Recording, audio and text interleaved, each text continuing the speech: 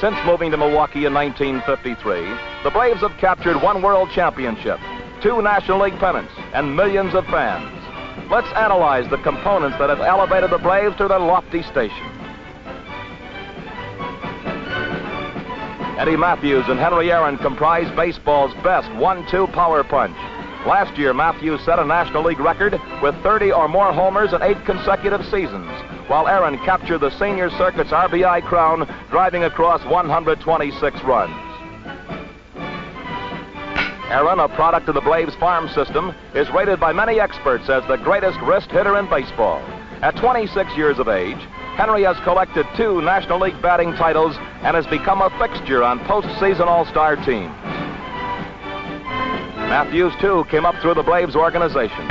In his 9-year career, Muscleman Matthews has averaged 37 home runs per season, and twice Eddie has led the league in this department.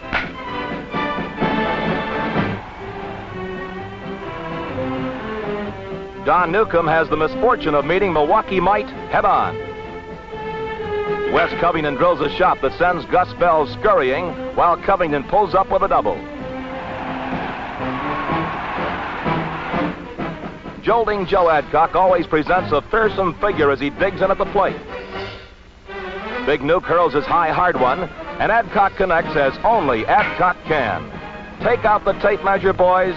This ball is just about in orbit.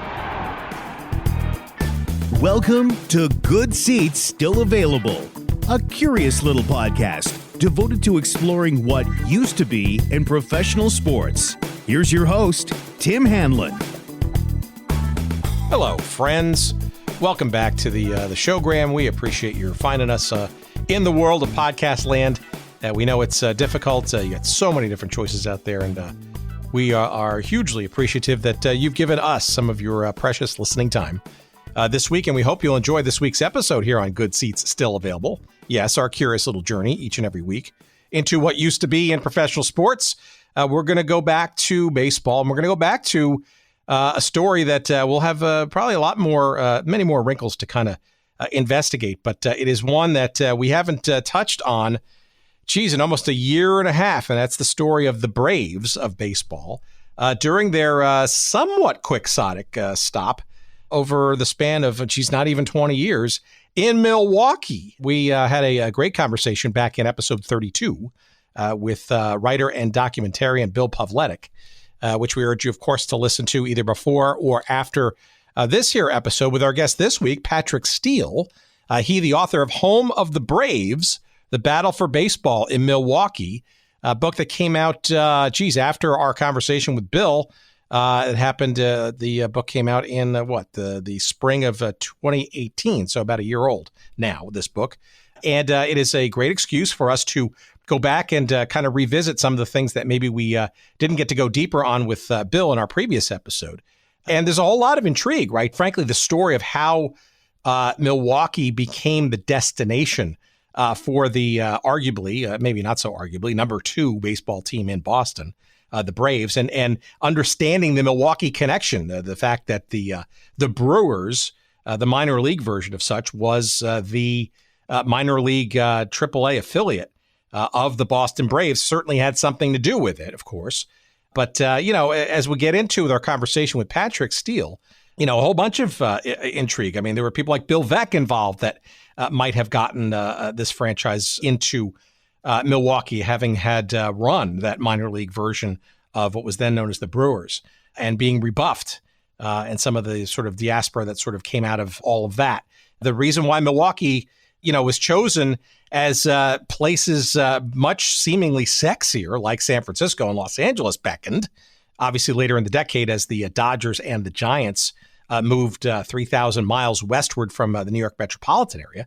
Arguably, and maybe not so arguably, the move of the Braves from Boston to Milwaukee opened the door to the possibility of not only West Coast expansion, but just expansion across this great land of ours beyond the sort of northeast and central kind of history of Major League Baseball up until that point. There's so many other sort of subtexts to all this. And we also get into, of course, not only the demise of the team and why Atlanta came calling with a siren song. And we get into a little bit of stadium politics, right? Both in Milwaukee as well as the beginnings of what became kind of a land rush or an incentive bazaar of cities trying to lure teams to their locales by, committing to deficit spending, on things like facilities and stadiums and such. And Atlanta's an interesting story on that. But look, we also don't want to sort of get into just the coming and going of this team, but we also want to talk about some of the highlights of the team. They did win a world championship, for God's sakes, and a couple of National League pennants while they were at it.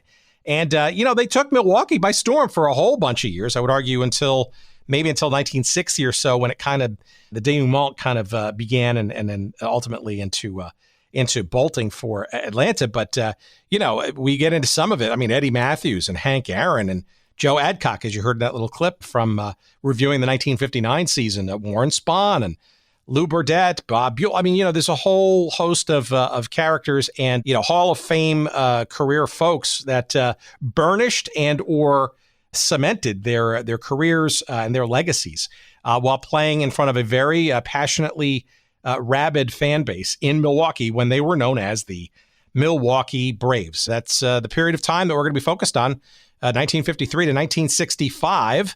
In beautiful Milwaukee, Wisconsin, with our guest this week, Patrick Steele, home of the Braves, the battle for baseball in Milwaukee, the author of such. And we encourage you to stay tuned for that in just mere moments. Before we get there, we, of course, though, want to remind you that our friends at The Great Courses Plus have the free month offer for you for a limited time to download their app and enjoy unedited the smorgasbord of course offerings that they offer to you at thegreatcoursesplus.com. What is it? It's unlimited video learning with the world's greatest professors. USA Today says, are you tired of binge watching? Well, how about trying some binge learning? The Wall Street Journal calls the Great Courses Plus a serious force in American education. And PC Magazine, of course, calls the Great Courses Plus all-you-can-stream access to an excellent library of college-level lectures. Well, those are probably some of the best descriptions that I could find about the greatcoursesplus.com. But look, don't believe me. Why don't you believe the latest course offering that I think is obviously very appealing to the folks who might be listening to this here episode this week, and that is their collaboration with the National Baseball Hall of Fame and Museum on a brand new course that I'm about now 17 and change lectures into now. It's called Play Ball, The Rise of Baseball as America's Pastime. You may have heard me talk about this in a couple of other episodes, but it is narrated and taught by Professor Bruce Markison, the manager of digital and outreach learning at the Baseball Hall of Fame and Museum. And it's wonderful stuff. And it talks about a whole host of things around the earliest days and years of baseball's history. And by the way, parallels very much that of the rise and the maturation of the American experience, shall we say. There are courses devoted to how the fans have evolved over years and how baseball and culture in the United States have grown hand in hand. There's a course devoted to the players, the owners, and the reserve clause, a topic that we've skirted around and on and into on a number of different episodes, not just in baseball, but other sports, of course.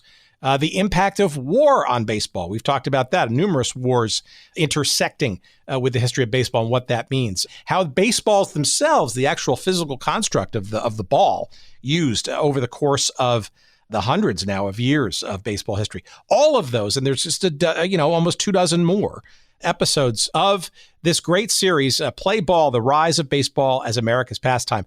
That is all yours for free for an entire month. And not just, by the way, this course, but also any of the courses that are available in this all-you-can-eat goodness that is thegreatcoursesplus.com. And of course, we want you to enjoy that free month on us.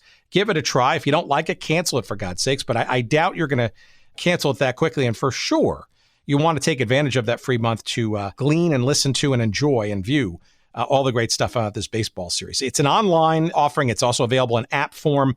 You can stream it to any device. And the app is awesome because you can also download it in advance, meaning you don't need a broadband connection. So if you're going to be in a spotty area or driving in the back seat of someone's car, for God's sakes, whatever, or if you're going to be on your bike ride or whatever, and you just want to hear it in audio only form, you can do all that too. But the place to go, it's thegreatcoursesplus.com/good seats. Don't forget that /good seats. thegreatcoursesplus.com/good seats. And that is the place for a limited time where you will get a free month of the Great Courses Plus service. And again, we highly encourage you to check out Play Ball, the rise of baseball as America's pastime.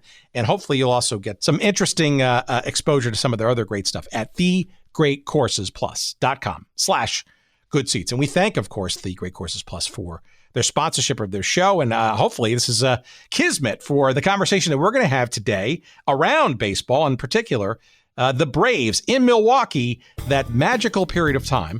And we're going to get into it with our guest and our conversation with Patrick Steele coming right now.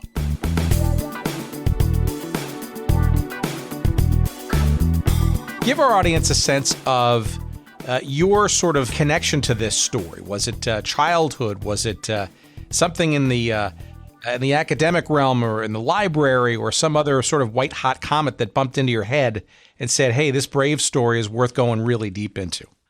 Well, it's funny because, the story of the Braves, and my connection to it, is probably almost as long and deep as the history of baseball in Milwaukee is.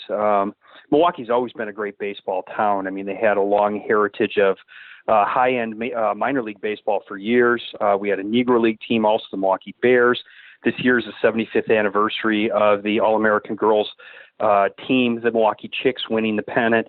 So, there's this long-standing history of baseball in Milwaukee, but there hadn't been Major League Baseball. And what really triggered my interest was years later, as a kid growing up in the early 1970s, we go out to County Stadium and people would be talking about the Braves, and you'd have ushers out there talking about, the glory years of the Braves being in Milwaukee. And for my 9th birthday, I got a book from my aunt and uncle, and it had pictures of my favorite baseball player of all time in it, Henry Aaron. And in a couple of the pictures, he was wearing an M on his cap, and it just, again, as a kid, it didn't really register. So I went and asked my mom, and my mom kind of looked at me, and she goes, well, the Braves used to be in Milwaukee. And, I was floored because, again, as a kid, I had only known them as the Atlanta Braves. So I found out, through talking with my mom that she had been a huge Braves fan growing up. So she remembers actually going out to see the minor league Brewers play over at Old Borchard Field. And, when the Braves came, that was a really big deal for her, and she used to go out a lot. And so for her, it was just baseball was part of growing up, in Milwaukee. And then, as abruptly as they came, they left. And so, she didn't really know why. And so I kind of left it at that. And then in 1988, Bob Beege published his book, and Bob did the foreword for mine. And he talked about the Milwaukee Braves, in essence, on the field. He wrote a book called The Milwaukee Braves Baseball Eulogy. And if any of your listeners can find the book, it should be available on Amazon. It's a great book. It's a great read. It really does encompass, the playing aspect of the Braves during their years in Milwaukee. But he never really answered either the question as to why they left. So I never really knew. And so as I got to know Bob over the years, I kind of told him, I said, one of my things is I want to write a book that kind of explains why the team failed, because I just don't think, greedy owners, is the sole reason. And there's got to be a reason why attendance dropped off. And so really, sitting in the back of my head since the late 1980s, early 90s, I had thought about doing this book. So I kind of had let it sit. I talked about it for a while. And then finally, I had a chance to do a presentation down at the Chudno Museum in Milwaukee. And I got done with it. I was talking about baseball in early Milwaukee. And finally, a couple of people sitting there just asked, so when are you ever going to finish your Braves book? And it lit a fire. It just lit a fire to get the story done. And from that point on, it was probably about 3 years of research, probably about another year of writing and refining. So, it's been a long, long time coming to get to this point. Well, all right. As you decide to kind of get this going, and I'll get into a little bit of the process, because I'm always fascinated as to, once you have the idea and the spark, how the process works. And frankly, some of it comes down to, what you do as a day job, if you have the skills, or it's sort of a completely amateur expedition. But maybe you can sort of put this team a little bit into context, because, this is a franchise circa, well, I guess the early 1950s, right, which was the shall we call it, the number 2 team in Boston for many, many years. Yeah, it wasn't the number 2 team by much. I mean, certainly by 52 it was. You know, it was a team that was coming off a pennant in 1948. Losing the World Series to Bill Veck's Cleveland Indians, I think in 6 games. So it's a team that had some recent success. No, but the irony, though, is that that Milwaukee, back in the earliest of days, 1901, I believe it was, right, was one of the original teams in the then brand new American League known as the Milwaukee Brewers, and only lasted a year. And then it was almost more than 50 years later that Milwaukee was on the radar to become yet another Major League Baseball city. I guess a great scene setter to me would be, maybe you can kind of give us a little bit of a sense of why the Braves in the first place, and why Milwaukee, given 50 plus years of, shall we say, only minor league treatment for baseball. Well, it's kind of a 2-part story as to, how the Braves actually ended up in Milwaukee. And the first part obviously has to do with what happens with them in Boston, and the second part has to do with what happens in Milwaukee.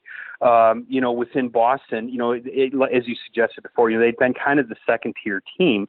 And, Boston as an overall market, when you include Boston in the outlying areas, is actually not bigger than Milwaukee and its outlying areas when you look at population.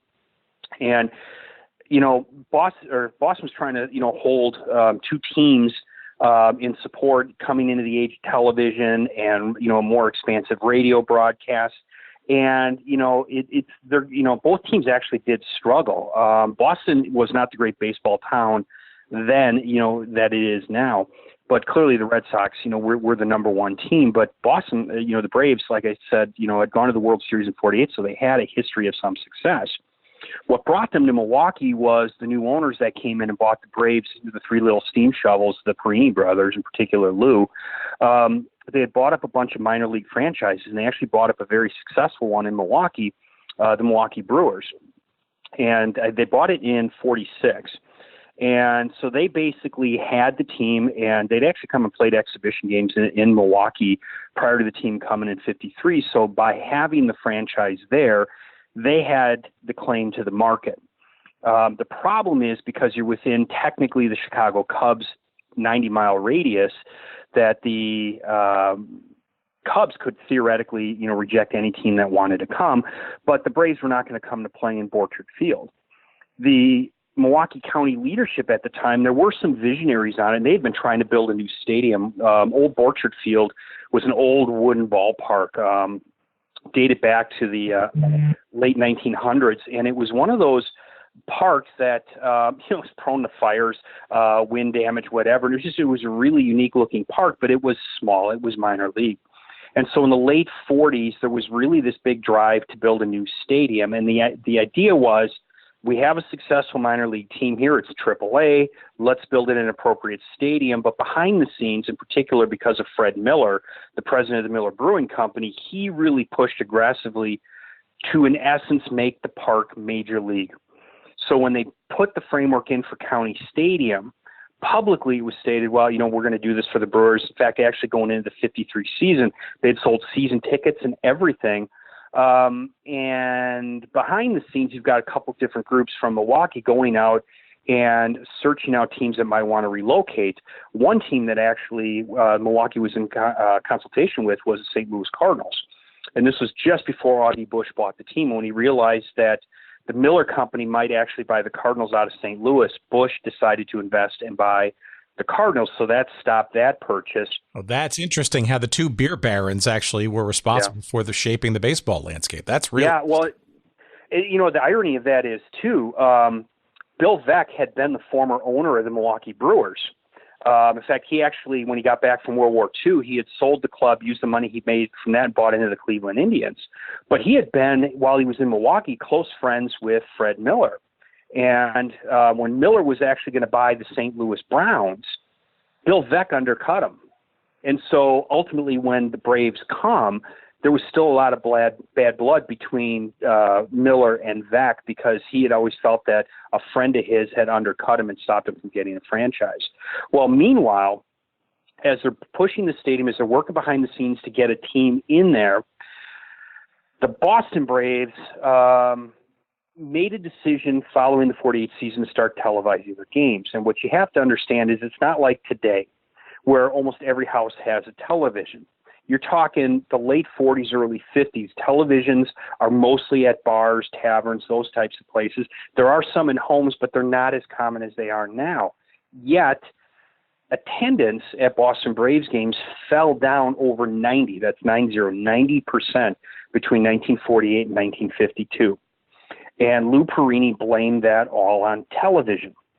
Now, he also believed that he could save the Braves in Boston. Now, he is a Boston guy through and through. He's from Massachusetts, where his company is. That's where he wants to be. He doesn't really want to go anywhere. What forces his hand is Bill Veeck, who had, at this point, bought the St. Louis Browns, who had been the original minor league Milwaukee Brewers you were talking about before. What Veeck wants to do, based off his experience in Milwaukee as the former owner of the Brewers here, is he wants to move the Browns back to Milwaukee, and the American League would return to Milwaukee 50-plus years after the original season.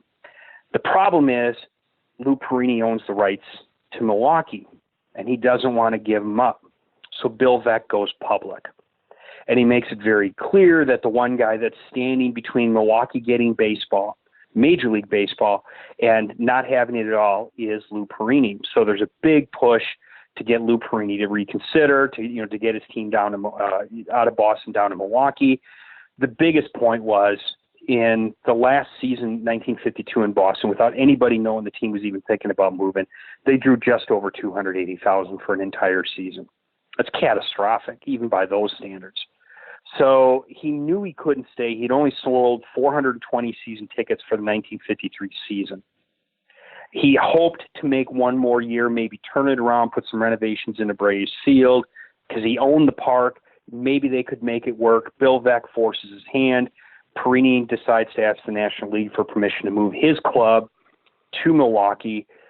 He did get permission from Phil Wrigley to waive the territorial rights of southern Wisconsin. And in mid-March 1953, Milwaukee got its major league team. So there are a couple of things to unpack there, which this is all really interesting. So Perini, what is the thing about Milwaukee? I may have missed it. Is he a Milwaukee native, or was it because of the farm club that the Braves had here via the Brewers? Yeah, it was the farm club. I mean, Perini, like I said, he was a Boston guy through and through. And again, here's a great comparison. He was a Boston guy the way Bud Selig is a Milwaukee guy. And people forget this, when the whole debate over Miller Park to be put up was being had, the original vote to build it failed. And at that moment, Selig realized he was going to have to move his team. So in theory, had they not reconsidered the vote and actually got one state senator to switch his vote, George Petak, and say Miller Park's never built, the Brewers would have gone to Tampa. They would have gone to Arizona. They would have gone somewhere like that. If Bud Selig is the owner of the team in Tampa, if he's the owner of the team in Phoenix, he'd be a great salesman for baseball, but his heart's in Milwaukee. That's where he wants to be. It's the same thing with Lou Perini. Lou Perini wanted the team to be in Boston. That's where he wanted it to be. It's because Bill Veeck forces his hand by asking for the territory that the Braves own, because they own the minor league Brewers. He would not give it up because he realized Milwaukee was a growing city. It had a great transportation network in the outlying areas. The population base in the area around Milwaukee mirrored what Boston had, and you're asking it to support one team instead of two. And it was a very shrewd move on his part. Okay, so that's interesting. So then I guess I'm also looking for maybe the last sort of piece of that sort of Milwaukee story, right, is versus, say, what happened later in the decade, right, which was San Francisco and Los Angeles. And maybe this is easy to say now versus, being that Milwaukee is essentially a quote unquote smaller market relative to some other metropolitan areas in the United States, right?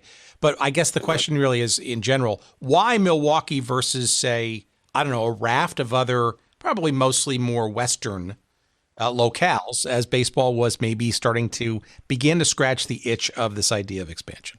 Well, the easiest answer was they had a brand new ballpark. They had a major league stadium, brand new and expansive parking. And people today take parking for granted. That you're going to go to a ballpark, you have a place to park your car, Even in places like Chicago, again, places to park in the areas around Wrigley, but at least have transportation to get to the ballpark. In Milwaukee, you don't have that. You don't have to fight, to get on a train to get down to the ballpark. You drive there, you can park. And that is appealing. It's one of the main reasons why the Dodgers ultimately left Brooklyn to go to Los Angeles, because they were going to get a new ballpark and they were going to get all the parking lot revenue. So when you simply look at that, where Braves Field was in Boston and the limited parking they had around it versus what Milwaukee had with a brand spanking new stadium and expansive parking. And the fact that when the interstate system comes again, it wasn't debated yet at this point, but a little bit later, they actually route the interstate bypass, the east-west bypass, to go right past where the stadium is. It's not where it originally was supposed to go. They moved it to accommodate the stadium. So all these things really benefited Milwaukee, and Milwaukee became the blueprint for the Dodgers, for the Giants, for teams to go somewhere else. And I've told many people, one of the biggest lessons from my book isn't if you build it, they will come. It will ultimately be if you don't build it, they will leave. And so that's kind of where you are once the team is here. What are you going to do to keep them here? So how does the Braves' departure from Boston go down? How does Perini, quote unquote, break the news to the dwindling number of fans? How does it, is it done sort of under the cloak of darkness, or how does he, quote unquote, break it to the Boston marketplace, who arguably the smaller number maybe was sort of good riddance, and then maybe juxtapose that with how Milwaukee responded to their arrival? Well, it's funny because there was a lot of hatred on both sides towards Lou Perini. Remember, the team's down in Florida in spring training. So, people in Boston are getting ready for the season coming up. And, Perini had all intentions to bring the team back. The problem he ran into was Bill Veeck. Now, some have speculated that perhaps he had been anticipating this a little bit earlier because the previous year he hired Charlie Grimm, the former minor league Brewers manager, who was very popular in Milwaukee, to become the manager of the Braves. And Grimm always believed till the day he died that was done particularly because the expectation was the team was going to move to Milwaukee. Now, how it broke in Boston was it started to leak out of the newspapers at the owners' meetings that Lou Perini was considering this. The problem was they didn't have enough time to really do anything, because it was really sprung on them at the last minute. And in my book, I talk about the dichotomy between Boston and, in 52 versus Milwaukee in 64 and 65. Boston fans, the few that remained, had a matter of days from the time it was first announced that this was being considered till the actual owners voted to allow the team to move. So there was no chance to mobilize civic pride, to do anything else to try and keep the team there. And when you look ahead to 64, 65, Milwaukee fans had, 2 years of rumors and a full year of a lame duck season to know the team was going to be leaving. They didn't know that in Boston. And there was a lot of anger. The governor of Massachusetts, mayor of Boston, they were all very bitter at Lou Perini. And he's standing there kind of looking at him going, I had no other option. I had nowhere else to go. Nobody's coming out to the ballpark. Yeah, in your investigation, though, where does the consensus sort of sit in terms of how much thought he had put into this move? Obviously, it seems hasty when you look back at it, right? In the middle of preseason, for God's sakes, right? It doesn't seem like it was well thought out, but obviously, or probably, maybe it had been thought out, and it was just a matter of picking the right time to just pull the trigger and do it. Yeah, well, and it's funny because, I've seen some interviews with his sons and a couple other people, and, some of the people that were very close to him, and all the reading, all the research that I did in it, he kept his decision to move the team very close to himself. He never told him. He didn't even tell his wife.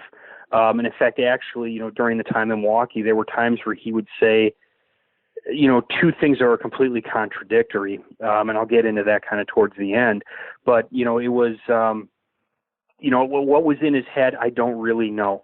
Logically, he had to have some idea he was going to do this. I think sooner than what he did. I think what he had in mind, this is my belief, I think what he had in mind was if the team did not do well in Boston in 53, then he would pave the way to move on his own in 54. The problem was Bill Veeck pushed his hand in 53. And again, the irony is this. Had he been able to last in 53, that one more season, the team got good. the team was really good in 53. They finished second place. So, does that turn around the fortunes of the Boston Braves? It could have saved them. Now, does that mean in, 2019 that Boston would be a two-team market? I don't think so, but at least maybe it would have delayed. Yeah, that's really interesting. So now we get into some what-if scenarios. Well, I got to think, too, that it seemed like it could be executed relatively quickly given, and I'm assuming that the Milwaukee Brewers minor league franchise was, at least in alignment with the Braves organization, right? I don't know if it was fully owned or was it? Yeah, it was fully owned. And, it's, one of the kind of neat ironies of it is, people see the Braves cap with the white M on the front. They go, oh, that's Milwaukee Braves cap. Originally, that was a minor league Brewers cap. So when they came, all they did was swapped out their B hats for an M cap, and there you go. The uniform, everything else was identical. The hardest part was actually for the fans back here in Milwaukee because, as I'd said before, the Brewers were scheduled to go into that ballpark in the spring of 53. So they had done all their preseason sales. They had done all their ticket sales for season ticket packages, et cetera. People had gone into the stadium, picked out their seats. When the Braves announced they were going to come, all that got canceled. And you had to go back through the process again, of course, now because it's a major league team, tickets were going to cost dramatically more. And so they had to shred all the original tickets they had printed. They had to shred all the tickets that were printed for the Boston season. I mean, it was just, there was a lot of stuff behind the scenes. You had to get office furniture. You had to do all this other stuff, move from Boston out to Milwaukee in order to get the stadium ready for opening day. They had to move all the groundskeepers out there. There was just a lot of stuff behind the scenes. And then, interestingly enough, and again, this wasn't apparent, and this is something I really kind of found in the research, was some of the demands actually that Perini had made. He wanted all new lights. Even though it was a new ballpark, he wanted a different set of lights. He wanted other things put in. So the county agreed to put in about $2 million, and this is, again, early 1950s dollars. It was a substantial investment in stadium improvements before Perini agreed to finally move his team here. So, immediately the county was working to make the stadium accommodate the Braves. And all of this was done, if you will, under the sort of cloak of secrecy then? I mean, I know how you keep that kind of thing under wraps. Yeah, and it was because once it was announced the team was going to come and all the stadium deals are being worked out behind the scenes, I don't think there was a lot of attention on what was going, because whatever it took to get a team here, people were willing to do. And it's hard for people maybe outside the state of Wisconsin to really grasp this. In the state of Wisconsin for the last, 60 years, the Green Bay Packers have been the team. It's everything. Most of the people that live in Wisconsin, not all, but most, are Packer fans. If they're not Packer fans, they're at least familiar that the Packers are the big deal in the state. Well, when the Braves came, the Packers were not very successful. They were, the last championship had been a decade earlier. The 1950s were kind of a low point for that franchise. They were terrible. So in comes this team from Boston. And honestly, between 1953 and probably 1959, the Milwaukee Braves were the team in Wisconsin, and the Packers were second place. And it's only after 59, when Lombardi comes, that dynamic switches and the Packers become the state team. Yeah, and it's very interesting, having lived in Chicago the last 20 or so years in my life near the Wisconsin border. Actually, it is very much we sort of alluded to the idea of regional team, right? But it is basically the state of Wisconsin's team, the Green Bay Packers, and by extension, I think Milwaukee and maybe the Bucks now too, are sort of perceived as kind of Wisconsin's own and truly sort of a quasi-regional play, and maybe arguably a bit of a vanguard, right, circa early 50s, when maybe that idea was relatively new or novel. Yeah, and part of it was because of, the excitement of actually having Major League Baseball here. It was the first team that moved in 50 years. Prior to that, the only baseball games you could go see is if you went down to Chicago to see either the Cubs or the White Sox play, or if you went down to St. Louis to see the Browns or the Cardinals. Other than that, you had to go around the lake to go up to Detroit. You had to, go across the state to go, or, Indiana, get in Ohio to go to either Cleveland or Cincinnati. There's nothing that was close. Now you got baseball here, and so you had a radio network that went up into the Upper Peninsula of Michigan and went across Minnesota, went out into the Dakotas, went into Iowa. And so it was really not just a state team, it was a regional team when it came. And they documented, I think it was people from, I believe it was 42 states. They found 42 different states that first year at County Stadium. So people came from all over to see the team. There were people that actually went from Boston who had been at one point Braves fans, had traveled to Milwaukee to see their team one more time. So, there's just some really neat stories kind of behind it, but it really was the story of baseball in 53. And of course, the attendance numbers they put up are off the chart. All right, so explain that first year in terms of fan enthusiasm and how the city goes gaga for them, and maybe a little bit of the on-field play. Because, I got to think that they, in some respects, because they're moving in the middle of preseason, right? Again, impossible to fathom, frankly. I can't imagine that they had everything running smoothly, yet 1.8 million fans, which is basically then a record, by the end of the year. How do they accommodate all these people, given the things you're talking about, like tickets, the uniforms, all this stuff has to be kind of, if you will, kind of done on the fly, no? Yeah. Well, it wasn't 8 million that first year. It was around 2 million, I think. It was like 1.8, something like that. It might have gotten over the 2 million mark. I don't recall off the top of my head. But, part of it was they were selling tickets. They would only sell them one series in advance because they didn't have enough people. They actually brought up a couple experts from other teams, including the Cincinnati Reds, to come up and help them streamline their their ticket sales. And so they would people would come from all over the place. I have a story in the book about these brothers that biked up from Racine or Kenosha, biked all the way up to Milwaukee to get in the parking lot of County Stadium to be in line to buy tickets for the upcoming series. So, the harder part was managing things like food service, beer, all this other stuff into the ballpark at levels they hadn't anticipated. But on this front end, while everything's going good, there's a couple problems that are already going to plague the team down the road. One was lack of television. Again, nobody understood television in baseball. In the early 1950s, no Braves baseball games would be televised at home other than the World Series games until 1963. So you couldn't even get away games. It was just radio that you could listen to them. So that'll be a problem there. But the other thing is this, and you need to keep this in the back of your mind. Every team that moved after the Braves, including the Philadelphia Athletics, moved to Kansas City.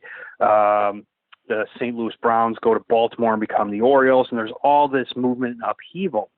Every team that moved had tremendous turnout the following year. The problem is there's a settling effect because every team that moved, with the exception of the Dodgers and the Giants, were kind of second-tier bottom feeder teams. So they didn't have a good farm club. They didn't really have a good major league team. The only reason attendance was good in the new city was because it was new. The difference was with the Braves, when they came to Milwaukee in 53, they had the seeds of a really good team. They had Warren Spahn. They had Eddie Matthews. They had talent. They had Billy Bruton, Joe Adcock. There's just a lot of players that were really good. Del Crandall behind the plate, who was arguably one of the best catchers of the 1950s, and a case could be made the guy should be in the Hall of Fame. He's behind the dish almost that entire time. It was just an amazing group of guys they had. And that really made the case different for Milwaukee versus any other team that moved, again, with the exception of the Dodgers and the Giants. Every other team that moved, again, being that second-tier team, they moved. They were not very much more successful on the field than they had been in the previous city, so attendance settled. In Milwaukee, the attendance never settled till after 59. And you start to see a settling effect that had that happened earlier, it would not have seemed as dramatic as it did when it did. And that's one of the problems that you have, because in all this buildup, and every year you're setting an attendance record, and it just seemed like the only team that could outdraw you was the Dodgers when they went to Los Angeles. I mean, you were outdrawing the New York Yankees, for goodness sakes. Everything was going your way, and nobody would have anticipated how quickly it was going to go away.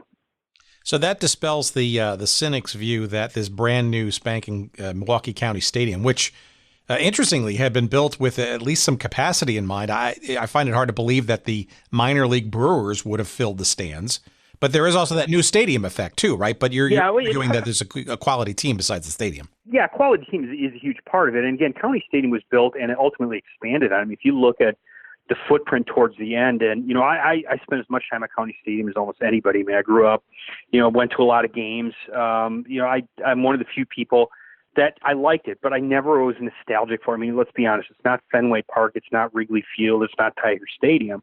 It was a municipal stadium. I often joke it looked like it was designed by Soviet engineers and built by East German, construction crews. It was the epitome of a municipal stadium. The problem was Milwaukee County thought it was the Taj Mahal, thought it was the best stadium there ever was and always would be. The reality was it was a functioning stadium. Now, again, here's one of the other ironies of all this. So when the Braves come, they look at these expansive parking lots. And for the 13 seasons they played in Milwaukee, they didn't get one dime of parking lot revenue.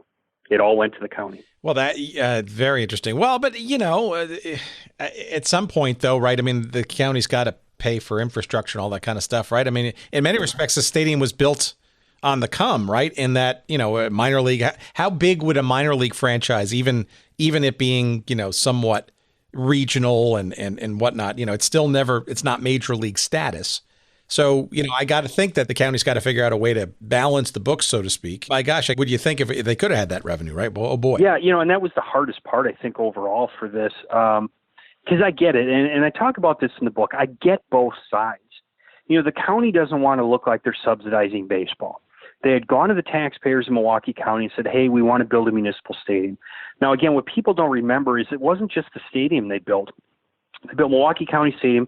They built the Milwaukee Arena, which hosted our first NBA team, the Milwaukee Hawks. They built the Mitchell Park domes. They built Milwaukee County Zoo. There's a lot of things that the county was doing at this time to really elevate the status of Milwaukee across the region. And County Stadium was just simply one part of it. So on the one hand, you're asking the taxpayers to foot the bill for a lot of these different projects that are going on. On the other hand, they didn't understand the economics of it. That the county did not understand that in order for the team to be successful long term, they had to have the revenue to be able to do it. So the county had final say on anything sold inside the stadium, from advertising anything up on the scoreboard to what was being sold at the concession stands and at what price it could be. So if the Braves said, hey, we'd like to sell caps, at one of the concession stands, Milwaukee County actually had to approve the sale of those caps. And they had to approve the price that the Braves wanted to sell it at. So there's just a lot of dynamics behind the scenes of being in a municipal stadium. But Milwaukee County looked at it as, look, it's brand new. We'll make the expansions. They would expand eventually down both the first base and the third base line. They would tear out the original bleacher setup, put in new bleachers, put in new bullpens out there. So by 1965, your seating capacity has almost doubled inside the ballpark. The problem is by the time they get all the seating expanded, it's at a time when baseball's in decline, not just in Milwaukee, but across the country. So now you've got this big cavernous stadium, and you have very average crowds coming in to see games.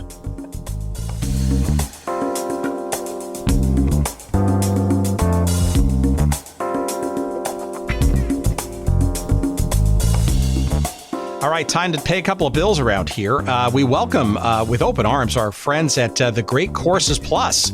How can I best describe the Great Courses Plus? How about this? Unlimited video learning with the world's greatest professors. Yeah, it's an amazing video streaming site. Available in app form. You can watch it online. You can stream it to any device, and it is courses from some of the best professors and lecturers around the country in a whole host of topics. Almost like college in a box, if you will. Things you want to learn about history or science, food and wine, hobbies, everything that you might be interested in without the tests, if you will.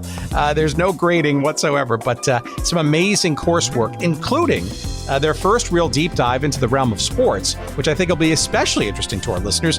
And here it is. It's called Play Ball, The Rise of Baseball as America's Pastime. And it's created in partnership with the National Baseball Hall of Fame and Museum. It is taught by the Hall's expert there on all things baseball history, Bruce Marcuson. And there are 24 lectures, maybe even a few more if I'm not mistaken, that sort of traverse the early history of the sport of baseball in this country. A bunch of things that broach to topics that we've talked about here on this little show. There's a lecture devoted to the early era of amateur baseball clubs, and another lecture devoted to how they coalesced into finally forming what now is known as organized baseball. There's a lecture devoted to the World Series and how that got developed. There is an episode devoted to the early ballparks of baseball called Sacred Ground. And it's just a whole host of things. Black baseball before the Negro Leagues. You name it. About the earliest days and the formative years of baseball's history. you will find it in this a tremendous course. Again, it's called Play Ball, The Rise of Baseball as America's Pastime. And again, it's created in partnership with the National Baseball Hall of Fame and Museum, and it is yours to try and listen to and view for free. Yeah, for free. An entire month's worth of the Great Courses Plus is available to our listeners. When you go to this great here website, it's called thegreatcoursesplus.com/good seats. Again, that's thegreatcoursesplus.com/good seats. And using that URL, you will get, nowhere else will you get this offer, 1 free month of the entire service that the Great Courses Plus offers. That's all the topics, all the different courses and lectures. You can download them. You can listen to them in audio-only format or watch them in video streaming on any device you want. But if you do nothing else, take advantage of that free month and watch every episode of Play Ball, The Rise of Baseball as America's Pastime. I guarantee you'll find it interesting. I'm about 3 or maybe and a half, I guess, lectures into it, and I can't wait to finish them all off. Again, that's thegreatcoursesplus.com/good seats. You're going to get a free month of the entire Great Courses service, and it's only yours for a limited time. So give them a try. We appreciate your doing so, and we also appreciate your listening to the rest of our conversation right now.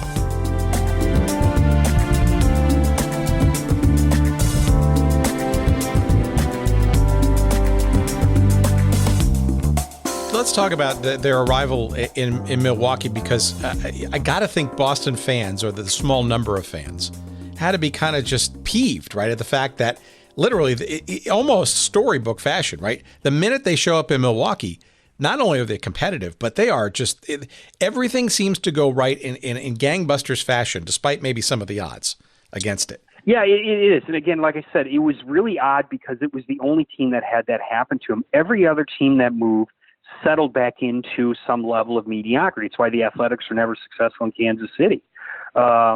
It's why the Orioles were not initially successful in Baltimore. You were just simply, another team that moved. You weren't really particularly good, but the Braves were. They had a great farm system. And again, people forget this. The minor league Brewers, the AAA, the last spot you went before you got to the Boston Braves organization was Milwaukee. Well, they had won the Little World Series in 51 and 52. So you have a very successful farm system putting some great players into the Braves organization. And like I said, they're competitive every year. 53, they finish in second place. 54 and 55, they're competitive. 56, they finish a game out of first place. 57, they win the pennant. They win the World Series. 58, they win the pennant. They go to the World Series. They lose in 7 games. And in 59, they force a playoff series with the Dodgers. Now, again, you can argue that team collapsed, and it did. They should have won the pennant probably going away. But the Dodgers caught them at the end of the year. They had a 3-game series, best of 3. The Braves dropped the first 2 games, so they ended up losing to the Dodgers, and that was the last time they were in that upper division chance to go to the World Series. And the success that the fans got used to was no longer there. The team, while it never had a losing record, it's one of the most bizarre stories of the Milwaukee Braves experience. 13 seasons, never had a losing record. But between 1960 and 1965, every year it seemed they would be competitive. They would be sniffing around being in contention for the pennant, and something would happen down the stretch, the team would collapse. And so the success, the excitement of the fans when the team first got here, they're able to sustain that for a longer period of time than any other city that another team moved to. And you do feel bad for the Boston fans. I have a couple stories in the book talking about some of the interactions between Boston and Milwaukee. And, there was one sports writer out in Boston who kind of really gave a warning. And he said to Milwaukee, you better be careful and you better treat them well, because what you did to us, somebody may do to you. And certainly that would happen when Atlanta would call, in 63 saying, hey, we can build you a new stadium. We can give you the parking lot revenue. We give you control of concessions inside the stadium. And everything else seems to fall into place. Well, the city of Milwaukee certainly must have felt like they got what they bargained for, because 1955, right? The Major League Baseball All-Star Game comes into town, and arguably one of the more exciting up until then, maybe even after that. The 2 years later, they're basically the toast of the town and frankly the world, and in being sort of the not only in the World Series but winning that championship. I mean, I can't think of an amazing amount of momentum to put Milwaukee truly on the map with a capital M. Oh yeah, and like I said, they had the sharp uniforms, the tomahawk on there. They had fans that traveled from city to city. You had a natural rivalry immediately with Chicago.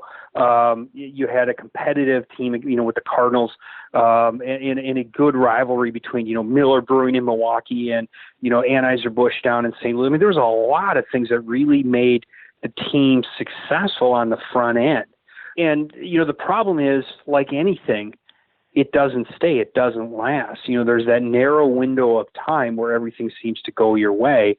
And for the Braves, they came here, they were good, they got better as they went. They get Henry Aaron coming in, this kid to come in and play second base before he transitioned to the outfield. They get Lou Burdett. I mean, they've got every move it seemed they made was the right move. And then just as quickly, it was just gone. It was just gone. The success that they had on the field was not as great, and certainly the attendance they had, again, across all of baseball, was down, but it seemed markedly down in Milwaukee because it had been so, I call it in the book, artificially high on the front end, because, again, the team moved. And I look at it this way. If the team moves in 53, say they're not successful, right? Say they finish 4th or 5th place, okay? You still have the great attendance, but the team is up and coming. 54 rather, maybe they finish in 3rd place, right? Maybe the following year they finish back and forth. You would have had a settling effect to what the real average attendance would be. Somewhere between probably 700,000 and probably 1.2 million would be a good average for that team. But they're drawing 2 million because the team was good. So that means when you get the settling effect, it looks so much dramatically worse than it did had in any other community.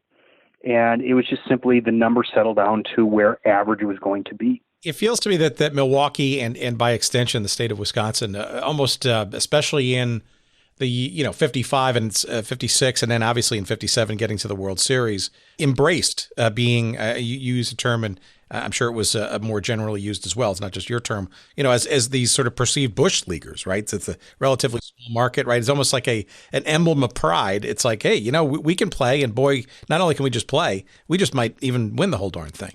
Yeah, and it's easy to be that way and have that civic pride when your team was really good. And they knew it, top to bottom. It was a great lineup they could put out almost any given day. And, eventually Charlie Grimm gets fired because he can't get the team to the World Series. He gets replaced by Fred Haney, and Fred Haney turns the team around in 56. They come within that game. Haney, of course, wins it all in 57, takes them back to the World Series in 58. But he's the manager that has that disastrous, 1959 season. And at that point, things start to change everywhere else. That's the time that professional football is really starting to come on as a televised sport.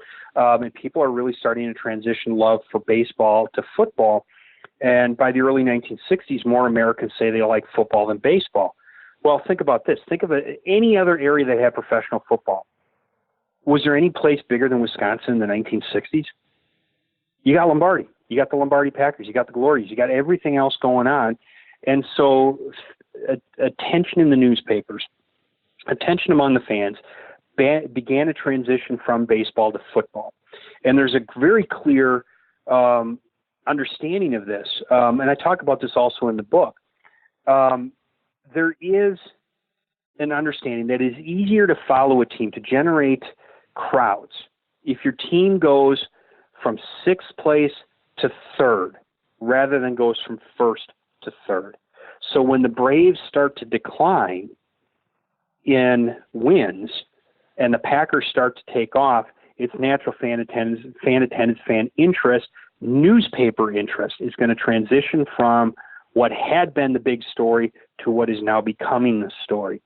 And so, it's I did a lot of newspaper research, and it is amazing to see the difference in newspaper coverage between 53 and 55 for the Braves versus 63 and 65 for the Braves versus the Packers.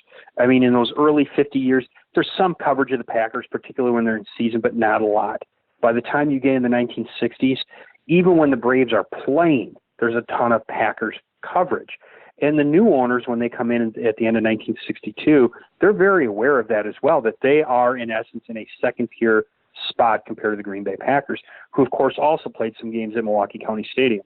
So tell me about the process then, because it's a pretty good opportunity. So you're mentioning newspaper reporting and coverage, and I think that's a really interesting insight, right, that I think only one could get by digging into sort of the daily routine of coverage and the tonality of that. And you can imagine, right? I mean, a lot of the first couple of years is probably wrapped up in boosterism, and, you know, it gets wrapped up in the city and it's pride and all that kind of stuff, and the team doing really well. It's pretty easy to kind of, but you're describing, I guess, both a letdown from admittedly very quick and lofty heights, married with the arrival of a strengthening football franchise, already a statewide following.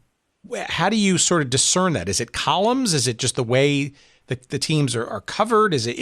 Are the fans kind of leading that? Is civic pride generally just waning because maybe they've been spoiled? I mean, or is it just sort of a general ennui that, you know, a middling team after having been at the loftiest heights and another passing interest in another team that's doing relatively well?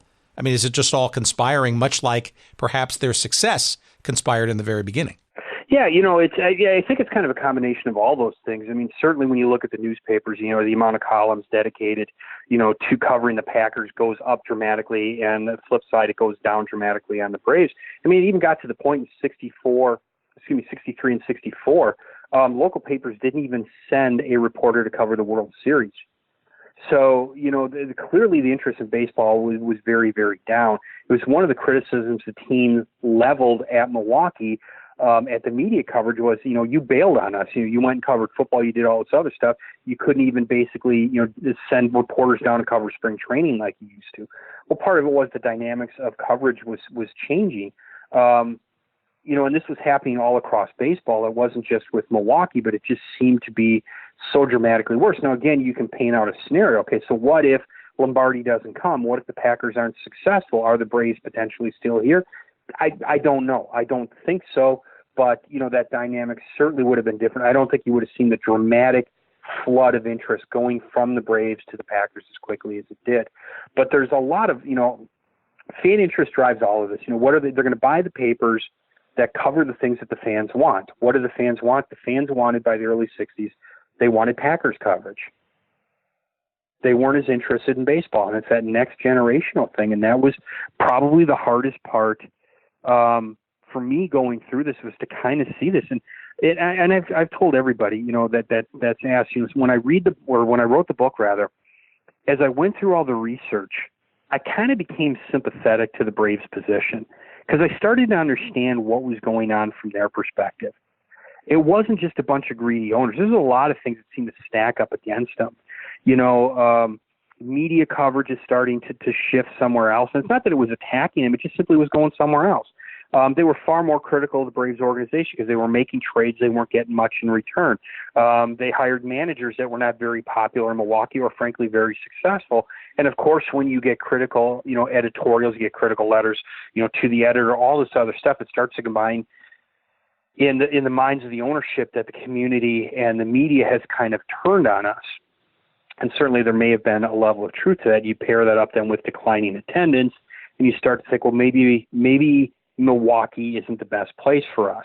And certainly I think Lou Perini, up until the time he sold the team, he feared what happened after 48. Remember, the 48, the Braves go to the World Series, and then their attendance rather, plummets in the aftermath. I think he feared the same thing happened in Milwaukee. So when he agreed to sell the team in 62 to the new investors out of Chicago, I think in his mind he felt he had solved the problem. You know, they would get more close to local ownership. There were some guys from Wisconsin that were part of the new ownership group. It would give them a local face that they could associate with the team, and maybe that's what they needed. So he, in essence, after taking his company public, he wrote off the biggest loss they had that year in 62, and that was the Braves, sold the team, washes his hands of it, New ownership comes in, and here's where one of the other big problems comes in. I believe that the new ownership group overpaid for the team. I think they were desperate to be baseball owners. People forget there's not a lot of baseball teams. Your chance of being a baseball owner is much more difficult than being a U.S. senator. So when you have a chance to buy into a team, you're going to do whatever it takes to get that team and do whatever it takes to hold on to it. And they bought the team mostly on credit. They financed it. They had balloon payments coming down the road. And the only way they could make their payments down the road was if they averaged between $1 million to about 1.5. So in essence, what they have to have happen is the interest in the team go back to where it was in the early 1950s. And that's just not going to happen in the 1960s anywhere in America, but particularly in Wisconsin with the Packers taking off. And again, it's not like fans abandoned the team. It's just they weren't coming out in the overhyped numbers they had in the early 50s, that false high that I talked about earlier. All right, as objectively as possible, can you describe your opinion of the sale of the team by Perini to the Chicago-based group led by Bill Bartholomew in '62? Do you think Perini sold with the foreknowledge that Bartholomew and team would essentially be so quick to start looking around to find another market and or another home and or, you know, maybe more cynically not to stick around in Milwaukee? Or do you think Perini believed that Bartholomew and team were very much going to do their best to kind of take Milwaukee back to where it was in the beginning? Well, I think that it's a multi-level question. I mean, on the one hand, it has been rumored, and there's some evidence to the case that Perini was actually one of the first to reach out to Atlanta about the possibility of moving his team there. And again, I talk about a lot of this baseball fluctuation in my book and the rumors that any team was going to be moving. I mean, every team in the 1950s was rumored to be moving somewhere. The Yankees are going to go to Sacramento, and the Dodgers, of course, are going to go to L.A., and every team was rumored to be moving. And, there was rumors already when the attendance was taken off in Milwaukee that the Braves are going to leave and go somewhere else, Montreal or something like that. And it was just, a lot of it was ridiculous. You have to kind of filter through that. So I think Perini sold before he had to move the team. And this is where I actually had a chance to interview Bill Bartholomew. And every time I've had a chance to say this, I've really tried to reflect. I believe what our conversation was, what I understand his position to be. I don't believe they initially bought the team to move it. I believe they bought it with the intention that they could keep the team here. I asked him point blank, did you buy the team to move it? His answer was no. Now, again, he could just be saying that. I don't know. I'm going to give him the benefit of the doubt. I believe for the first 6 months, they attempted to do everything they could.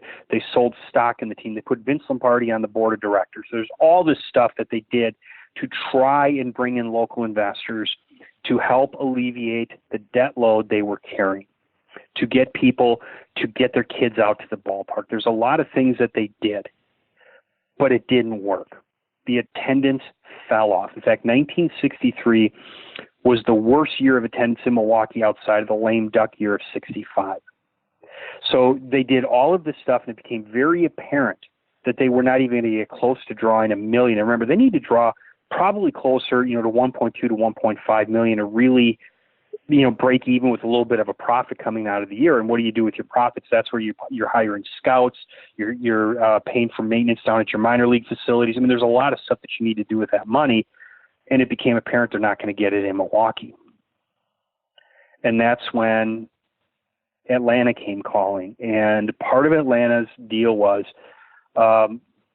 Charlie O'Finley, who owned the Kansas City Athletics, had basically gone there at one point as well. And he had gone to a lot of different cities. He goes to, he said at Oakland one time, hey, we'll move out there. He said to Louisville, he cut a deal actually with Louisville. Hey, I'll move my team here. I'll come here for 2 years. If you don't make it here, I'll just go somewhere else. And his idea was we can always make new fans. It doesn't matter where we go, we'll always make new fans. But he had actually gone to Atlanta and kind of convinced them, look, if you build a stadium, I'll bring my team down here. So the city of Atlanta and Fulton County agreed to put up a stadium, but like Milwaukee did. They didn't have a team yet, but they're going to put the stadium up. So they build the stadium. Well, when it came time to find a team to come, there was only 2 teams that had leases up at municipal stadiums. One was Milwaukee, the other was Cleveland. Now, again, part of the frugality of Milwaukee County was they didn't want to lock into a long-term stadium deal. So the last stadium deal they had cut was very acrimonious coming after the 1957 season, and I believe it was for a 5-year window, and then they renewed it again in 62 for 3 more seasons. And, the Braves wanted a 10-year deal where they could renew it every 2 years, where the Braves basically could opt out at any point. Milwaukee County didn't want to go with that, but they could never get themselves to agree on a 10 or a 15-year deal. And had they done that, the Braves would still be in Milwaukee. But the county was always afraid they were going to lose out on revenue. If baseball becomes really popular and all this other stuff starts to happen, we're going to miss out on money. So they never wanted to really tie them up to a long-term deal. Well, that meant that when their stadium deal was up, the team would be eligible to move. So they'll agree in principle to kind of move the team down to Atlanta.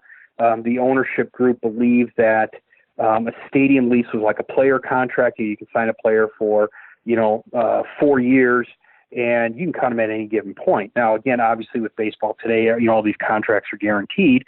And they just simply believed it kind of worked the same way. Hey, well, we're going to break our lease. We'll pay you what we owe you, but we're going to move to the new city. And this, of course, leads to a lawsuit, between Milwaukee County, the state of Wisconsin, and the Atlanta Braves and Major League Baseball. At what point does the idea of relocation start to really go beyond just mere rumor? Have you been able to pinpoint kind of when the speculation, the rumor, the waft of an idea, Atlanta or just generally, starts to actually get some real credence in Milwaukee? Yeah, I think when it went into the Sporting News in July of 63, that there was discussion between Bartholomew and Atlanta, and Bartholomew and Atlanta admitted in the aftermath, they did have discussions at that point. But again, it's all preliminary. Hey, would you be interested in moving your team here? What do you have? We do know behind the scenes eventually, before any deal was cut, the Braves organization did send people to Atlanta, in particular Dick Cecil, to make sure that the stadium was built to their specifications. So I know that at least from 63 on, they were looking to make that move. Now, at the time they're looking to do this, you have to understand this as well. The Braves are paying more to play in Milwaukee County Stadium than any other team in Major League Baseball is paying to play in their own facility. How's that happen? Because the county held the cards, and the county believed that the Braves are never going to find a better stadium than Milwaukee County Stadium. Therefore, the county always believed they had the leverage. By the time they realize that they are talking about going somewhere else, and they start to offer all these breaks, and you can determine your own concessions. And of course, there's the big debate over the beer sales, and we can talk about that. But by the time the county realizes this, it's already too late. And again, they simply didn't understand the business side of what Major League Baseball is. If you build it, they will come. If you don't build it, they will leave. It's extraordinary, though, and obviously I wasn't around at the time, but it's extraordinary to see just how quickly the rise and the embrace and the major league status of Milwaukee, and not even 3 years later, from winning a world championship, well, 4 years later, right? It's almost a sale of the team, right? And some acrimony on contractual relationships between the stadium that houses them and the team. You'd think that would be the high watermark of the relationship, right? It's hard to fathom how quickly it breaks down into not only flirtation with another market, but essentially almost being in a fait accompli come 63-ish. Yeah, and there's a lot of other things that are, also going on behind the scenes. The Braves have been pushing for a long time for a ban on imported beer, basically carrying beer into the stadium. Prior to the beer, and they always talk about the beer ban in Milwaukee, because Milwaukee was a brewing city. You had Pabst, you had Miller, you had Blatz, you had Gettleman, you had all these different breweries, and workers oftentimes get free or very reduced price beer. So you could carry in whatever you wanted into the ballpark. Well, by the early 1960s, Milwaukee County Stadium was the only place in Major League Baseball where you could do that. So the fans around here, frankly, were spoiled. Find me any other place you could carry in beer. I mean, I have a story in the book of when the Cardinals would come to town. Some enterprising gentleman went out and bought a bunch of Budweiser, filled up a garbage can with ice, put the Budweiser in, dragged it into the stadium, and was selling it cheaper than what you could buy a beer at the ballpark to all the Cardinals fans. I mean, this is what was happening. So the county and the team agreed to ban carry-ins. Well, that hacked off a lot of people. Oh, they're just trying to screw over the little guy, you know, and so attendance went down in part because of that. There were some fan boycotts of the team because of it. Well, again, both the county and the team are pointing the finger at the other person, even though they both wanted the ban in place. What year was that? The ban went into effect, I think, 60. Again, I'm off the top of my head right now. I think it was 62. And so by 63, they basically, they're going to rescind it, and they allow carry-ins again.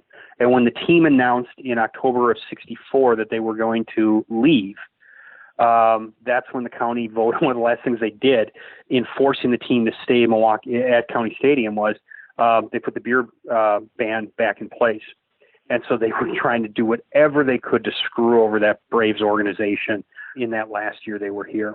Well, it's also the beginning of this pouring rights kind of thing, which is standard procedure today, right? Which is arguably another revenue stream, right? In today's modern sort of stadium and in-person experience, right? The idea of having the exclusive license, if you will, to be the exclusive pourer, and you can't bring in things from the outside. I mean, it's a classic. It almost seems ironic that you get the brewery heritage of the city, but you wonder where the economics were in that calculus. Oh, absolutely. You know, and again, the dynamic is a little bit different because it was county stadium. It was Milwaukee County Stadium. It was a municipal ballpark. Every brewer in the city got a chance to sell their beer inside the ballpark. So even as a kid, when I went in there in the early 1970s, you know, you'd have a guy walking around carrying Blatz, somebody else carrying Pabst, and somebody else carrying Miller. You know, all the breweries were represented. There was somebody in there selling old style, you know, for a while too. So, you know, this was happening, and the Braves had no control over that. Part of the stadium deal they're going to get with Atlanta is they can pick and choose who they wanted for their concessions, what kind of beers they wanted, that type of thing. So they weren't leveraged by the stadium authority like they were in Milwaukee. All right, so let's, as we kind of round third base here, give us a sense of sort of the denouement here, the how the team kind of inelegantly not only is found out to be leaving, maybe announces it's leaving, and then it's somewhat inelegant actual leaving in 64, 65-ish. Well, you know, the hardest part was this. You know, there were a lot of diehard fans that were there, and people that even if they weren't in the ballpark were listening on the radio and stuff. But things started to change. You know, the great voice of the Braves, Earl Gillespie, retires. He goes into television. They get a couple other guys that come up and start announcing the game. So there's that dynamic's a little bit different. Of course, the ballpark experience is a little different. You don't have the raging fans out there like you did in the early 1950s. So, you know, new kids that were just coming of age in the early 60s, a lot of them fell in love with the team, but it wasn't the same dynamic that it had been 10 years earlier, you know, during the peak years of attendance. And then when it's rumored the team is going to leave, there's a big push by the county, by the business leadership, by civic organizations, by the politicians. We're going to save the Braves. So they do everything they can in their power in 64 to get the attendance up over 1 million, to show that Milwaukee is a major league city, that despite all this, despite the fact you might be leaving, hey, look, we're a good team. We're a good town. And what people forget is that at the time when people are looking at 62 and they're looking at this bad attendance they had, they outdrew the Chicago Cubs and they outdrew the Boston Red Sox that year. Yet everybody points, oh, it's a disaster in Milwaukee. They were outdrawing cities that are called, you know, these classic baseball towns. Milwaukee was still better than that. So Milwaukee felt that, you know, if you look at it on average, you know, they drew on average throughout the entire 13 seasons they were there, you know, about 1.5 million. They were the number 2 drawing team in all of Major League Baseball between 1953 and 65. The problem is their attendance is less than half of what it had been before. So when they don't get over the 1 million mark, and when October comes, October 21st, 1964, at a board of directors meeting in Chicago, the new ownership group, which had moved the team's headquarters down to Chicago earlier that year, made the decision to accept the terms of the agreement with Atlanta and sign a 25-year lease. They fired all the members of the from Wisconsin who were on the board of directors. They never told Vince Lombardi. He wasn't invited to come down to this. They never really informed him that he was in essence off the board of directors, and, you know, they agreed to move. Well, Like I said, they hope to be playing 1965 down in Atlanta. What Milwaukee has is one chip in their hand. They have a stadium lease that requires the Braves to play all their home games exclusively at Milwaukee County Stadium. Now, what the Braves are going to do is offer them $500,000 to walk out. Give $500,000, we're just simply going to walk out. Milwaukee County refused. They get halfway through the 65 season. Attendance is deplorable. They ask at the halfway mark, okay, we'll give you $500,000 now. Let us out of our lease now. We'll go to Atlanta, finish up the year. And the reason that's significant is that's more money than what the county had made the previous year off having the Braves there. But the fans really are the ones that have no voice. They see this coming. They see the team going. There's really nothing that they can do. Some fans chose to boycott. Some fans tried to go to as many games as they could to see baseball while they still could. And the great debate was between the civic community and the politicians, what is in the best interest of Milwaukee? Are you better off suing the team and forcing them to stay, or letting them go knowing full well at some point baseball is going to go to expansion? If you've been a great baseball town up until this point, they have to consider you. So some in the private sector are simply saying, if the Braves want to go, let them go. We have nothing to prove by trying to draw fans out to a team that's going to leave. Let's put all our interest into getting expansion. Now, I can't say what was the best course of action. I do know this. The course of action Milwaukee County took cost them expansion. In 1967, both the American League and the National League expanded and excluded Milwaukee. In fact, the American League didn't even allow Milwaukee to make a presentation. So here you have the number 2 drawing team in Major League Baseball for the time they're in Milwaukee, and they don't even get a seat at the table to give at least a presentation about why the American League should consider expanding to Milwaukee. So they hacked off by suing Major League Baseball and by going after the exemption clause. They angered a lot of people within baseball, but that's a political response. And that's what the county felt that was the only course of action they had. And honestly, as I sit here now, it's 2019. People ask me what would be the best course of action. I don't really have a good answer. There was no good answer. No matter what you do, it's going to be a disaster. But they ultimately lost. The people in Milwaukee, the people in Wisconsin lost when that team left. And for a lot of them, they never came back. I mean, we're sitting here now in 2019. The Brewers came within a game of winning the pennant last year, again, ironically, to the Dodgers, like the Braves did in 56. And there's still people that I know in my life that were around when the Braves, that were huge Braves fans, that to this day are still not fans of baseball in Milwaukee because they're just afraid the team's going to leave again. So they never invested in the team that's here. Well, maybe you can enlighten a little bit about Bud Selig's role in all this, right? Because he was part of the Braves ownership, right, in a minority status. And I think he was kind of one of the guys who kind of tried to put as much of a break on the move as much as he could. And then obviously was instrumental in, not even 5 years later, getting finally, if you will, a replacement team to come in the form of the now Major League again, Brewers. Yeah, Selig's role was highlighted, by the Braves organization when they were leaving. He was part of an organization that was designed to help keep the Braves here. He was accused by the organization of trying to use the money to badmouth the Braves, to try and get another team here. That really wasn't the case. The organization was called Teams Incorporated, and they actually did not have in their charter that they could buy a team. So they founded in 1965 the Milwaukee Brewers Baseball Club Incorporated. So the Milwaukee Brewers organization actually dates back to 1965. It predates the team, which doesn't come until 1970. So Selig is behind the scenes trying desperately to get the team to sell. What they offer the Braves organization is this: we'll pay off what you paid, and in essence, what you owe. You can walk away scot-free. Just wash your hands of the debt load, sell the team to us. We're going to keep it in Milwaukee. You can go away, no problem. The owners didn't want to do that because they desperately wanted to be baseball owners. So Selig's group behind the scenes tries to do this repeatedly. The ownership group says no. Now, what they'll say to this day, and Bartholomew said, even in my interview, there was no credible offer. Well, I look at it this way.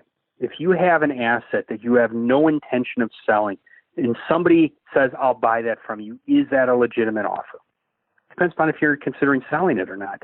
So I don't think that in Bartholomew's mind, any offer other than something that was, 3 times what the team was worth, they would have considered selling the organization. So therefore, there was no legitimate offer in his mind to buy the team. So Selig sits behind the scene after the team leaves and works to keep Major League Baseball alive in Milwaukee. So the Milwaukee Brewers Baseball Club eventually sponsors games from the Chicago White Sox to come up and play in County Stadium. So they did a series of exhibitions in 67. They played a slate of games in 68. And then by 69, they hosted every team in the American League at least one game at County Stadium, including, ironically, the Seattle Pilots, who played one of their games in Milwaukee County Stadium as a visiting team. So when you go into spring training in 1970, the Seattle franchise is in bankruptcy. They got an expansion team to go into Seattle. They were playing in a ballpark that was a minor league park, smaller than County Stadium, worse than that, and ultimately, they failed miserably in Seattle. So eerily similar to what happens with the Braves. In spring training, as the trucks are going back from spring training, they stop as they're waiting to message, are we driving back to Seattle or are we going to Milwaukee? And ultimately, Selig's group buys the Pilots out of bankruptcy court. The trucks go to Milwaukee. They take the Pilots off the front of the uniforms. They sew block letter Brewers on the front, and they adopt the colors blue and gold, which the Brewers still use to this day. Of course, a variation of it in the navy blue they have now, but in their traditional colors, those were actually the colors of the Seattle Pilots. And so that kind of, brings it back full circle. The county had learned their lesson. They locked the Brewers into a 25-year lease immediately, although ironically, the Brewers never got a dime of parking lot revenue either, but at least there was a long-term lease and there was Major League Baseball back in Milwaukee. And in 1970, what was the feeling of the Miami populace? I mean, you're mentioning some still of the holdouts that, kind of got burned the first time and didn't want to get burned a second time. Was there as much of an embrace for the Brewers when they came as the former Pilots? And it was only 5 years removed from the Braves leaving town in the first place. Yeah, it was too soon, and they didn't draw even over 1 million that first year, and it took them a little bit. What they did, however, was they actually did better if you calculate it out over 13 years, and it's a great comparison. And I have a chart actually in the book where I compare every team that moved for the first 13 seasons because it gives you a comparison of Milwaukee, and then I also break down the difference between the Boston Braves to Milwaukee, the Milwaukee Braves to Atlanta, and the Seattle Pilots to Milwaukee. And the Milwaukee fans did far better in both cases than the Atlanta fans did. In fact, 10 years out after the Braves moved to Atlanta, they drew less than the lame duck year of 1965 Milwaukee when everybody in Milwaukee knew the team was leaving.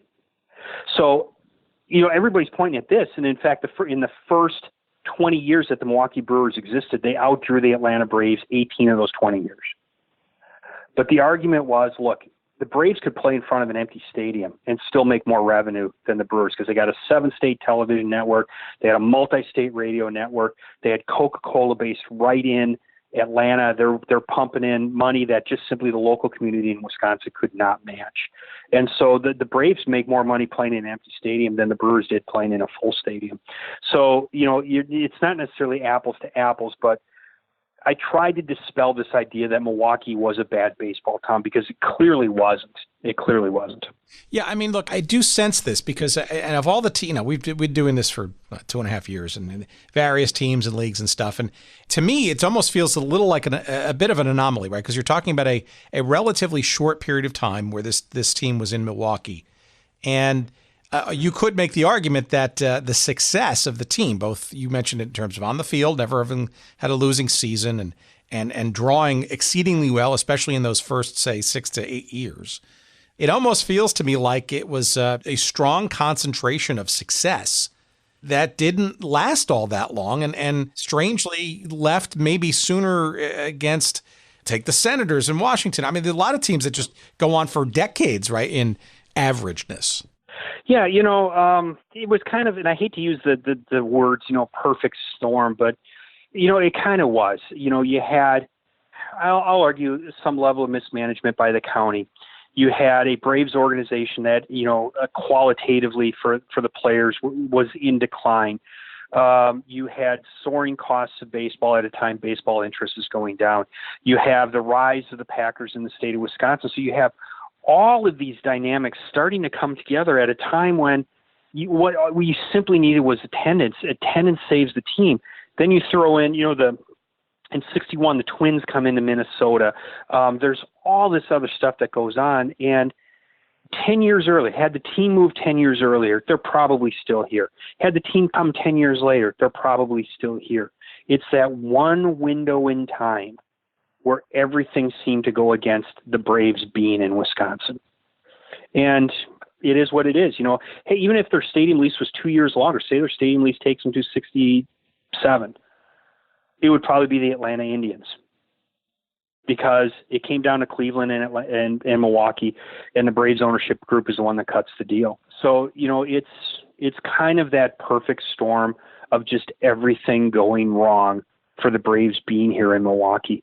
And you can't point your finger at just one thing, because it's a combination of all these things, and all the things that happen, for the most part, are kind of logical to the era that they're in. All right, last question, then I'll let you promote. In your estimation, given your research, your knowledge of Wisconsin, you're having spent some time there of significance, where would you sort of put the baseball legacy of Milwaukee? Would you think it resides with the Braves in Atlanta now? Do you think the Brewers have effectively inherited it? Or do you think the Milwaukee Braves was sort of a container in time that really hasn't gone anywhere? It just sort of sits there in a glass box somewhere in people's memories?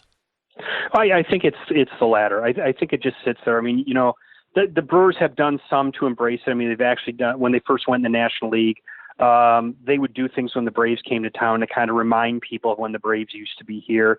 And then when they moved into Miller Park, they kind of transitioned away from that. But, if you watch any number of Brewers baseball games at Miller Park, you will find people wearing Braves jerseys or Braves ball caps.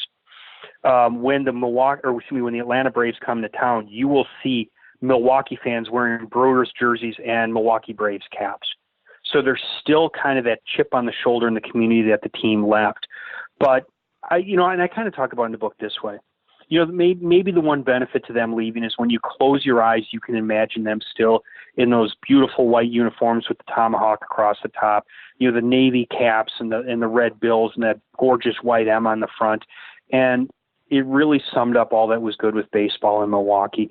You didn't have to see the ugly polyester pullover uniforms that they wore in the 70s. You didn't have to see the pinstripe uniforms they tried in 69. There's that box that they reside in our memories, where they'll always be. Warren Spahn will always be the 20-game winner, and Henry Aaron will always be the kid, and that came in out of nowhere and just lit the world on fire. Eddie Matthews will always be that outstanding third baseman, and maybe that's the best place for him. Do you think any of it's wrapped up in just general nostalgia for the 1950s? Oh, I think so. I think there's a part of that. Certainly among the older generation that still remember them. And again, they transitioned into the 1960s, but, by the 1960s, you get into the Vietnam War and the civil rights protest, and, there's a race riot in Milwaukee in 67. So there's a lot of things, and it's easy to wax nostalgic about, when everybody was just simply excited about baseball. So that might have part of it too. All right. So let's talk about the book. It came out last year, I think it did. Give our audience the title and a little bit of the background of it. Are you promoting it more? Are there any things that come out of it maybe that you think you've got in you as well, other projects or anything in film or other documentary or whatever?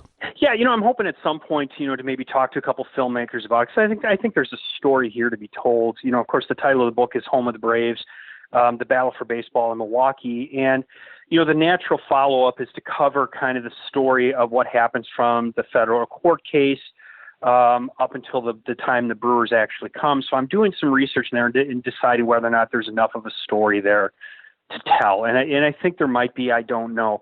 But, what I would like to do ultimately with the book is this, to have people read it. And if, they have a chance to talk to me, the first question I will always ask you is this: who's the bad guy in the story? And the reason I ask that question is because people blame everybody. And it's funny because somebody go, oh, it was Milwaukee County Board. Some people go, oh, it was the fans stopped coming. Some will say, well, it's still, I think the owners overall. But I get a different story from everybody. And to me, that's what a historian should do. That's what I'm trained as. We should not be writing a narrative history. We should be writing a history that tells a story that's open to interpretation, that's based on the facts, the evidence of the case, and let the people themselves make the decision, who's the good guy, who's the bad guy. And ultimately, in this case, frankly, there's no good guys in the story. Look, I think all of this is very interesting. And I consider myself a middling baseball fan, but certainly one through this as well as in my previous lives, just generally interested in history and the confluence of that in sports. And from the outsider's perspective, not having grown up here or not around during the time of the Milwaukee Braves, but certainly aware of it, certainly through conversations like this, which I thank you for. You look at, say, things like an eBay or the nostalgia crowd or items for sale and stuff, and it is kind of amazing how much Milwaukee Braves stuff is either available or desired or, frankly, just alluring to look at. And I don't know what it is. There's just something there's an aura around this team and this period of time, and I think even the memorabilia that came out of it. Well, I think it was a combination of the players, the success of the team. Again, you're looking at a couple, phenomenal Hall of Famers, the all-time winningest left-handed pitcher of all time, Warren Spahn, the home run king. Henry Aaron, gets his start in Milwaukee. In fact, they actually played more seasons in Milwaukee than they ever did down in Atlanta. I think it's a travesty they got an A on his cap down there rather than an M, but that's my own personal feelings. Again, you got Eddie Matthews, you got Joe Adcock, you got Joe Torre, you got Bob Uecker playing for the team, Del Crandall I talked about before, Red Schoendienst comes over for the Cardinals, there's all these great players. Bobby Thompson, spent some time in Milwaukee, it was a great time. They were embraced by the community. There's that level of nostalgia because things in the 50s were still on the surface. They seemed good in comparison to what, the civil unrest we had in the 1960s and, the growing conflict in Vietnam and the political divide that really kind of encompassed the nation during those years. By that point, the Braves were gone, and there's that nostalgia for when things were good, when Milwaukee may have been Bush League, but Bushville won. They won it all in 57. And I think that's kind of a great encapsulating point of this story.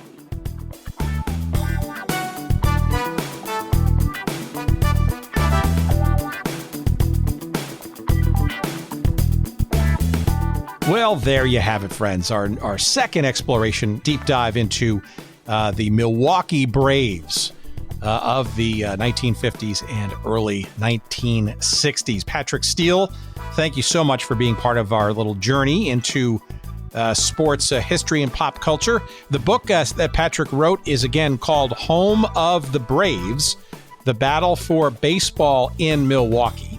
It is published by the University of Wisconsin Press. It came out in March of 2018. It is available, of course, wherever good books are found. But if you'd like to give us a little love financially as we try to keep our lights on, by all means, why don't you search up this episode on our website at goodseatsstillavailable.com, and you'll find a link conveniently to this book, and you can buy it through Amazon via that link.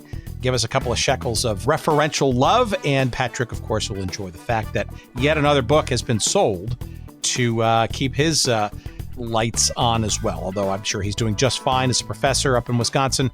But, every book sale certainly doesn't hurt, and God forbid that he makes a few more shekels on his writings as well. And again, our thanks to Patrick, and of course, our thanks to you. Our thanks to our friends at Podfly Productions while we're thanking people. Jerry Payne in particular, the good doctor, who puts all of our pieces together each and every week.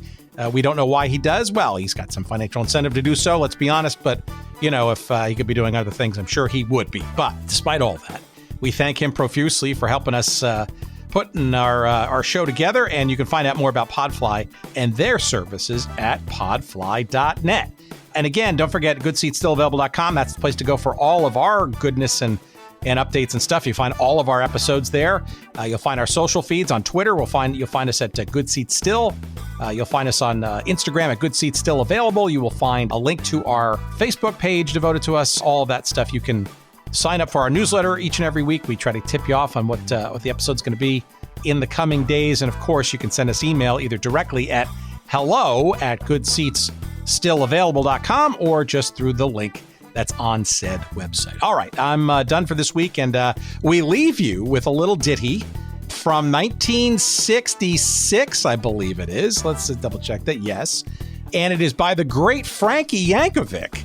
There's debate as to whether he's related to Weird Al. It is the story of the Milwaukee Braves leaving Milwaukee. It's called There's No Joy Left. And we wish you a sad but fond adieu, courtesy of Frankie Yankovic. And until next week, let's see you. Bye-bye. Oh, there's no joy left now in Milwaukee, in Milwaukee, in Milwaukee. Oh, there's no joy left now in Milwaukee. You Braves have scalped this town.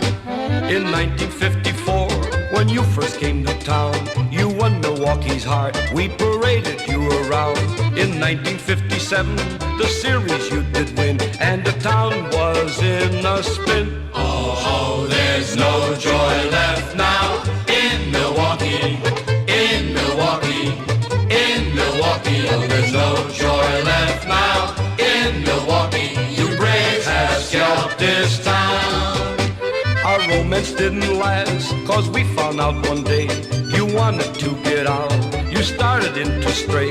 Though we were good to you, you needed us no more. And we're knocking at a Georgia Peach's door. Oh, there's no more baseball in Milwaukee, in Milwaukee, in Milwaukee. Oh, there's no more baseball in Milwaukee. You Braves have scalped this town. We wrote the record books, came out each day to cheer. We did so much for you, now we're crying in our beer. Atlanta, hear me now, 'cause what I say is true. Someday someone will steal them from you. Oh, there's no more baseball in Milwaukee, in Milwaukee, in Milwaukee. Oh, there's no more baseball in Milwaukee. You Braves have scalped this town.